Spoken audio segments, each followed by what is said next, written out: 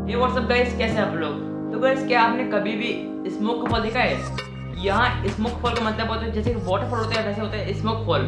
तो गाइस, अगर आप ये नहीं देखे तो इस वीडियो को पूरा एंड तक देखेंगे, जल्दी से इसके मत करिएगा। So let's begin.